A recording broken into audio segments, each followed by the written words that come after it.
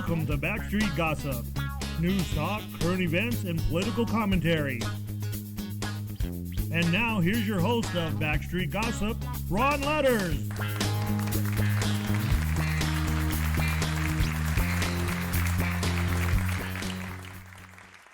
I love that applause, Ray. It's absolutely just marvelous. And what a fantastic studio audience we have here today. We do. We have Elizabeth Taylor in the audience. I know. And we're really excited. She made a big comeback. Yeah, we got to get some pictures and autographs afterwards.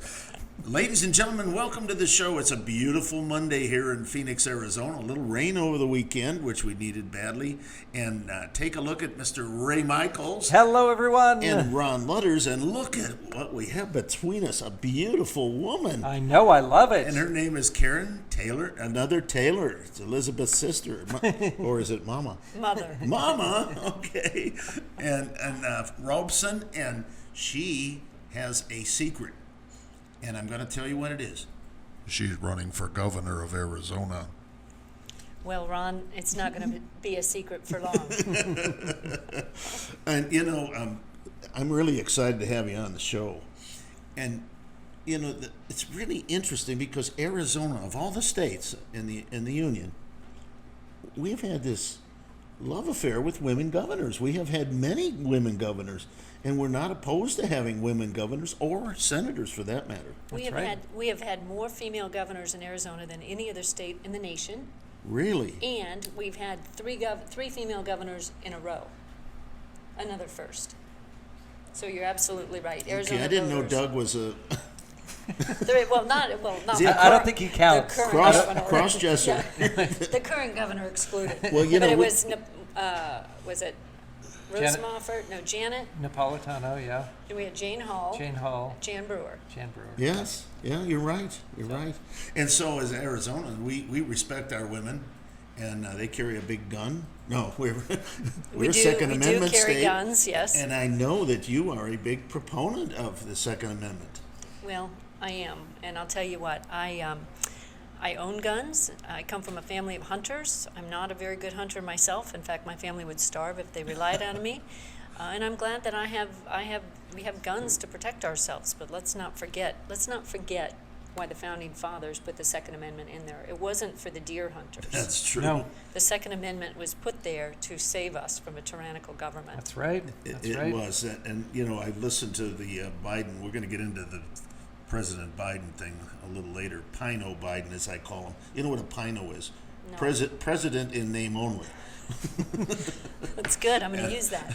So Karrin Taylor Robson. So I know everybody out there, they want to know all about you, your background, what you've been doing, and then why you chose now to get into the race for governor, because it's getting to be a lot of people want to run for governor of the state of Arizona. Well, it is a crowded field, in particular on the Republican side.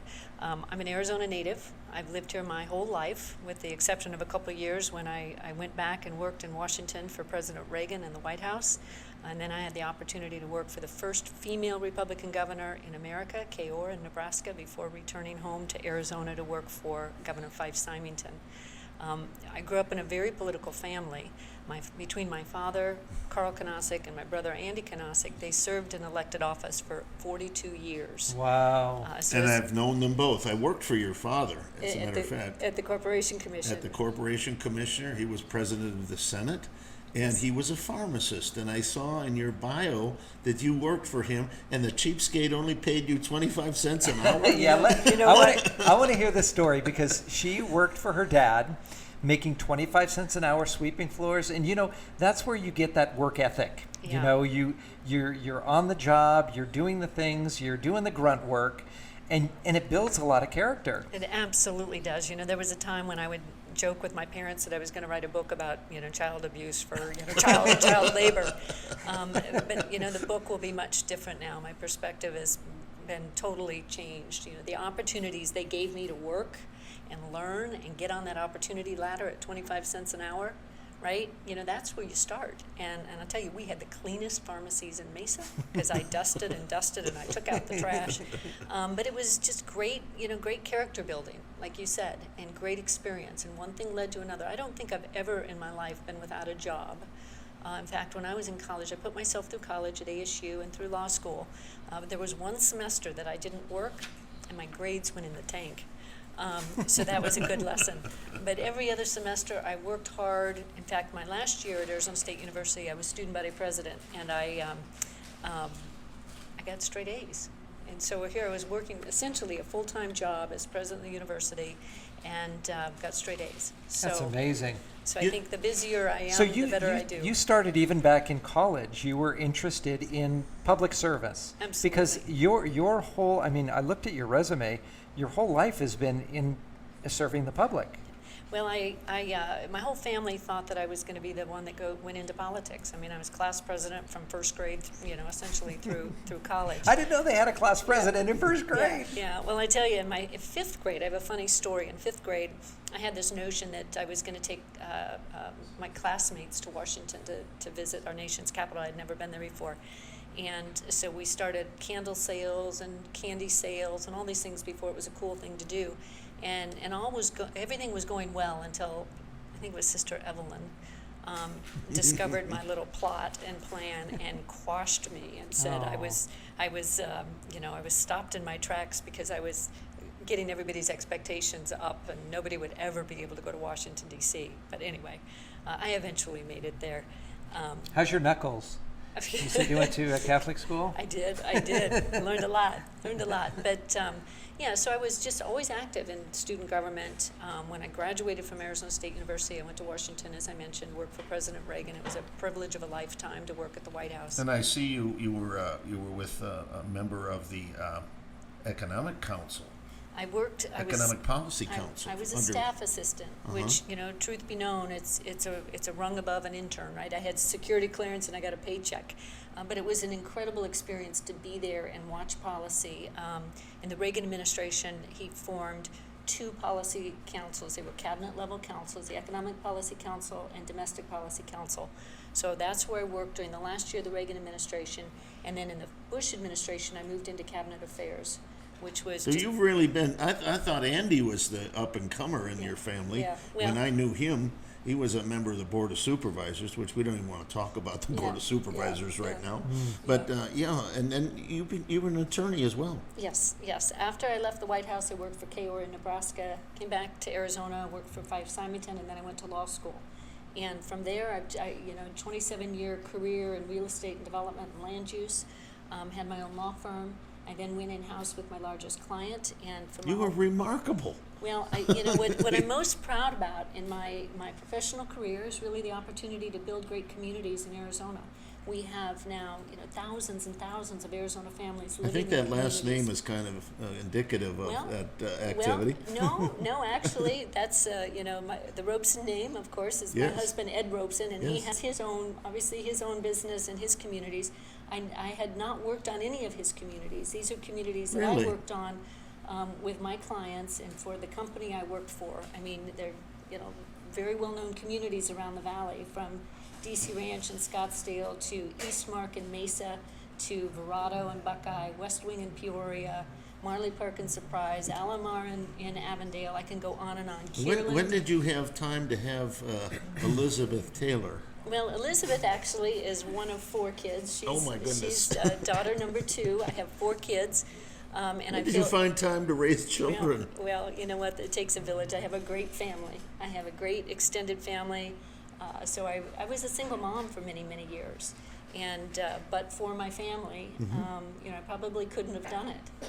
But great role models, great mentors all around them. So I was very, very blessed. Good. Now, Ron, you know this very well. Arizona is known for some legal land issues because a lot of laws are written because of what happened here in Arizona in the early years. But land use is so very important in the state of Arizona. And I think a lot of people disregard this. We have a tremendous amount of state land, a tremendous amount of federal land too, and how that land is used and the water issues and the mining rights. Tell us a little bit about how that experience that you have is going to benefit the people of Arizona. Well, you raise a very good issue. Most people don't understand that Arizona is 87% publicly owned. 83%, Meaning excuse me. that average citizens do not own the property. Correct. It's Other federal, entities, federal government, federal, tribal, state, tribal. Correct. Yes. And 9.2 million acres are owned in trust by the Arizona State Land Department, or managed by the Arizona State Yes. Land Department. And most of those acres will never be developed, but there's a lot of that land in that portfolio that can be developed, that's in urbanized areas. And, the State Land Department has been staffed by tremendous people, great people. But the staff is not funded, and I'll tell you, this is a passion project of mine. It is funded and operated essentially like a state agency, and yet the State Land Department and the State Land Trust was set up to fund schools, fund education. That's true. That's it right. should be run and managed like an education endowment. I have a question about that. As you know, Governor Ducey, back, I think it was in his first term, he wanted to take that land trust and sell it off. How do you feel about that issue? I don't recall that he wanted to sell off the land trust. I know he wanted to increase the amount of That's right, you're right. revenue that could be spent. Take a greater portion That's than correct. the interest that was on the land. That's correct. True. That's yes. correct. But there are ways to create value in that trust, enduring value, long-term value that can benefit our school kids. And I often say, look, we've got this vault, this lockbox sitting in the corner while our kids, are sitting around hungry in education. And we should be able to access that land and that value for the purpose that it was intended.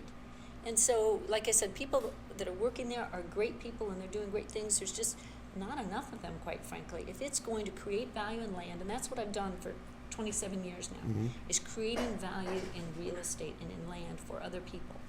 And so that will be a priority of mine, to make sure that the State Land Department is positioned properly to create that value for our kids. And I agree. I think, ladies and gentlemen, this is a wise approach, because I was a little disturbed when I saw they wanted to take more out of the fund than was actually going into the fund, and that's, in the long run, that's a plan for disaster. No, it's devastating. Absolutely. And the fund is doing quite well right now because the stock market's doing well, right? It's Right. managed, the permanent fund for the trust has done quite well, but you can't count on that forever. It has to be constantly managed properly so that we can generate as much revenue as possible to go into the schools.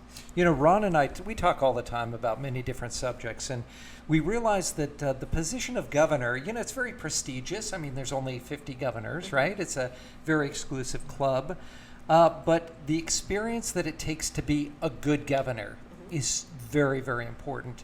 And some people have a lot of experience, whether it's business experience or working for other companies or whatever.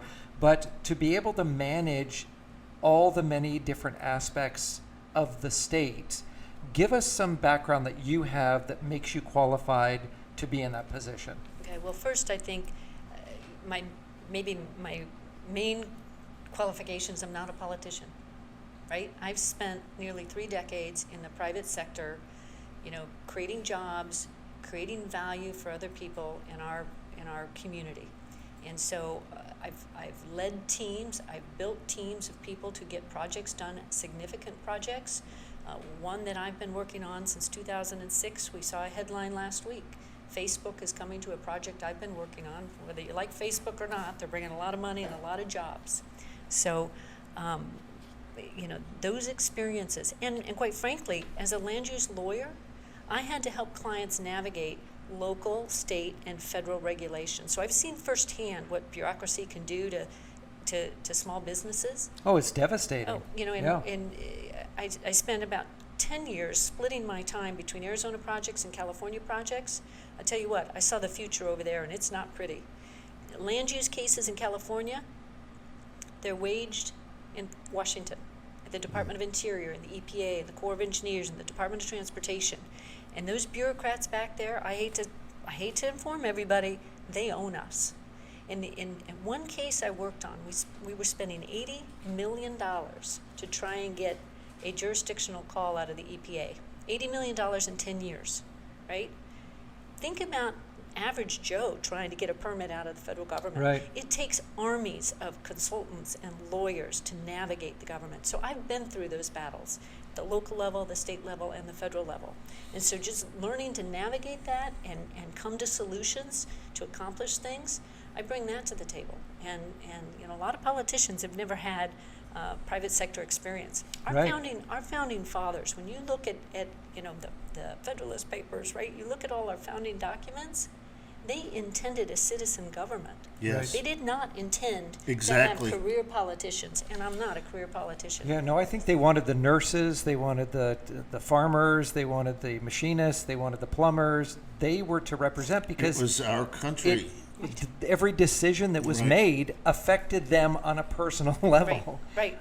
They've kind of made themselves into this hierarchy that, we're going to give you the rules, but we don't have to abide by them. We see that in California right now. Excuse me. I want to ask the probably one of the most important questions that you can answer, and I know you had a good family member that knew a lot about this because he was the chairman of the Arizona Corporation Commission. That's water issues. This state is in the middle of a tragic drought. And obviously, if we can't provide enough water here, sooner or later, the property values are going to go down.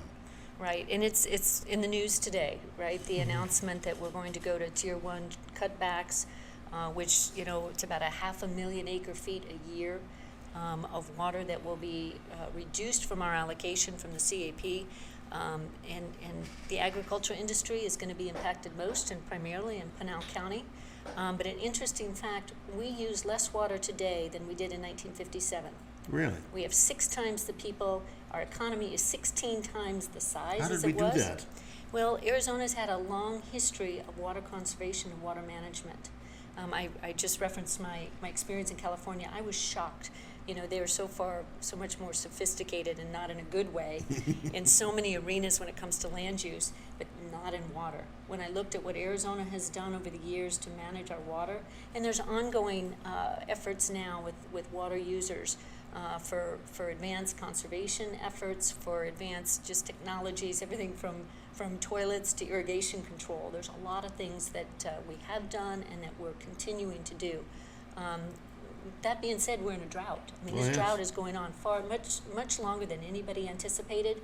I'm just very thankful for all of the stakeholders and all the people that have worked for so many years to help us manage through a situation like this. Now, of the candidates that are running, it sounds like you probably have the most experience with water issues, which there's no question the West cannot be won without water. And without it, this is a desert. That's right. And water is certainly not an easy subject to master. One thing I learned early on is you have to surround yourself with people smarter than you. Mm-hmm. And I don't care who the governor is. They have got to be able to attract and retain quality, top-notch talent to help navigate these issues. But I show up on the job day one ready to govern because I know these issues. I've been living them. I've been working them for 30 years.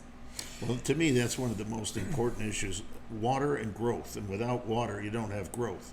Those are the two things that I think really have to be managed here in Arizona. Absolutely. And one thing, you mentioned growth. So, 2008, we had the big recession, right? The Great Reset. And we really all came to terms with the fact that our economy was really based on growth. And we really needed to redouble our efforts to diversify our economy. And so today, and I've been actively engaged in those policy discussions, actively engaged in business organizations that have attempted to attract, a wide variety of uses and users to the valley, from advanced manufacturing, fintech.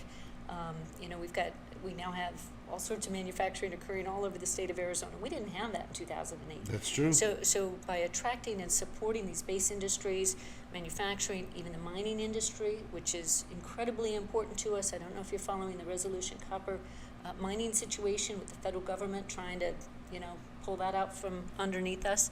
But these industries are incredibly important to diversify and create resiliency. The other industry that is so important to us is the defense industry, and our military installations in Arizona contribute about $13 billion a year annually to our economy, and so all those things combine to exacerbate really the growth issue and how we manage that going forward and prepare for our future.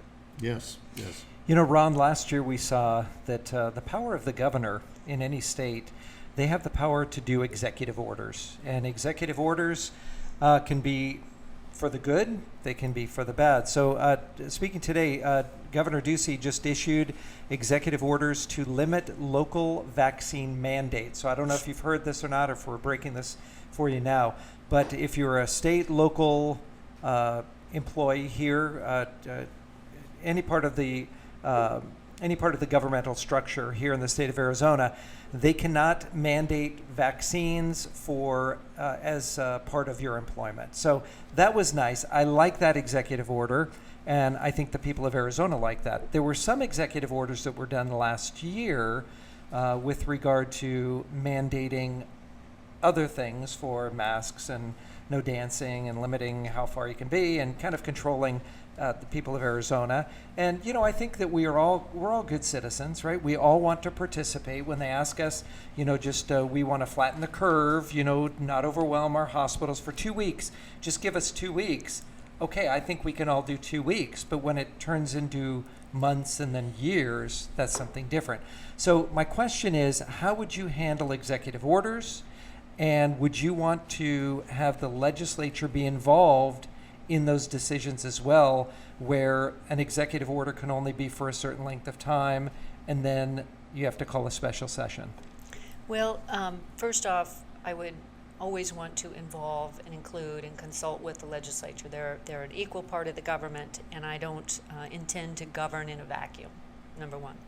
When it comes to executive orders, I think, you know, like with anything in our government, there's checks and balances, and we should have checks and balances not only on executive authority, but legislative authority. And so I would I would welcome appropriate checks and balances on the executive's ability to issue executive orders. All right, very good.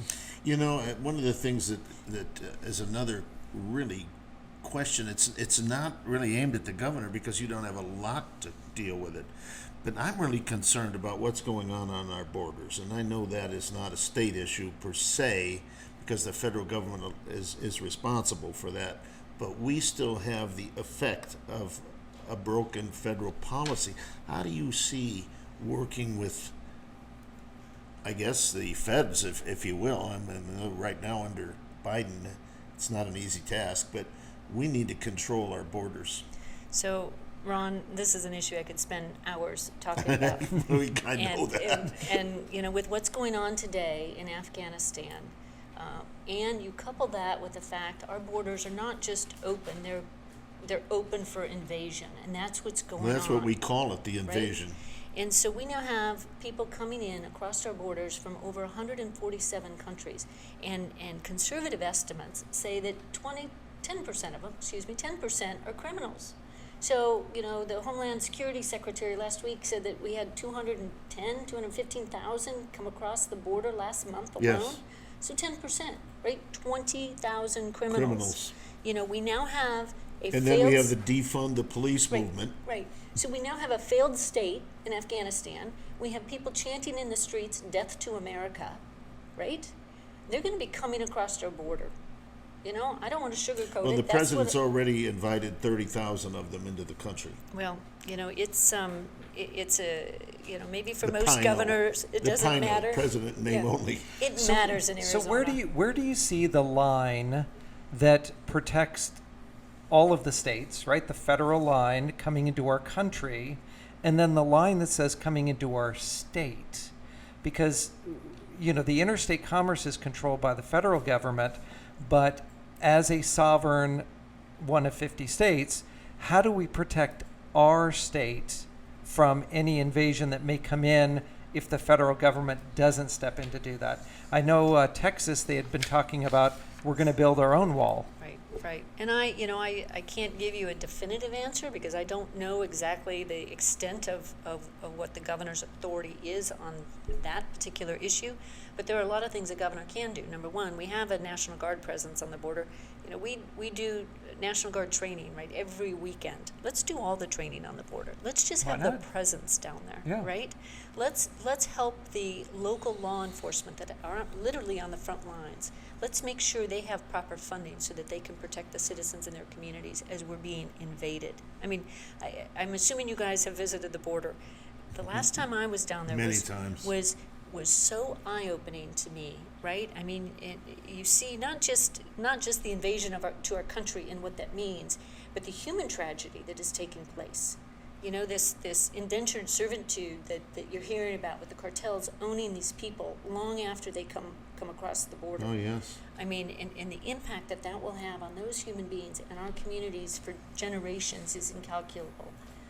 You know, I recently heard a couple anecdotes about Americans crossing the Canadian border, through the border, you know, the checkpoints, asked if they have any food or anything that they needed to declare, and in 2 instances they had their chocolate Kinder eggs confiscated from their kids. You know, the little eggs Right. that have the toy, Right. you know, well, they're apparently a choking hazard.